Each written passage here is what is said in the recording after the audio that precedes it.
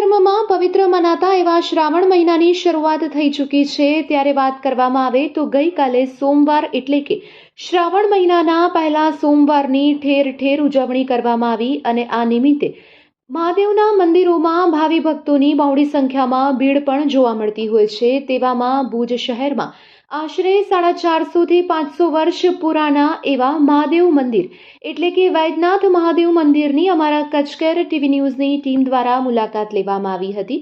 ત્યારે ત્યાં આસપાસ રહેતા રહીશો દ્વારા જણાવવામાં આવ્યું કે છેલ્લા કેટલાય વર્ષોથી અહીં શ્રાવણ મહિનાના પહેલા સોમવારે મહાઆરતીનું આયોજન કરવામાં આવતું હોય છે।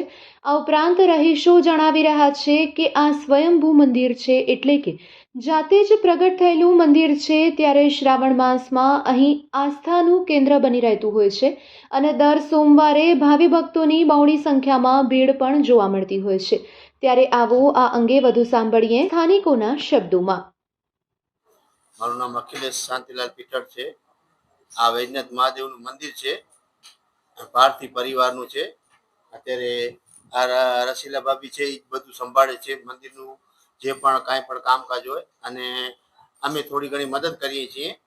આજે શ્રાવણ મહિનાના પહેલા સોમવારના દિવસે મહાઆરતીનું આયોજન કરેલું હતું રાજભાઈ થકી અને અમે બધે સાથ સહકાર આપ્યો અને આજે મહાઆરતી અમે કરી અને ઘણા ભક્તજનો દર્શનનો લાભ લીધો અને પ્રસાદ મેળવ્યો। આ મંદિર જે છે ને ભુજની જે સ્થાપના નથી થઈ ને એના પહેલાનું છે, લગભગ 450 થી 500 વર્ષ જૂનું મંદિર છે ને આ જે શિવલિંગ છે એ બેસાડેલી નથી, સ્વયંભૂ છે, બહુ પૌરાણિક મંદિર છે આ, પણ બારે બહુ પ્રખ્યાત નથી થયું।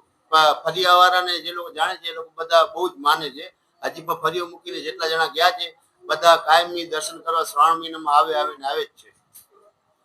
મારું નામ જીયા અમિત ગોસ્વામી છે અને અહીંયા જે પૂજા કરે છે એમની હું દોયત્રી થાઉં છું।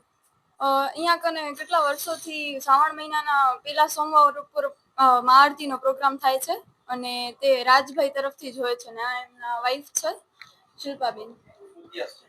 આ કંઈક 450-500 વર્ષ જૂનો મંદિર છે ને આ સ્વયંભૂ છે।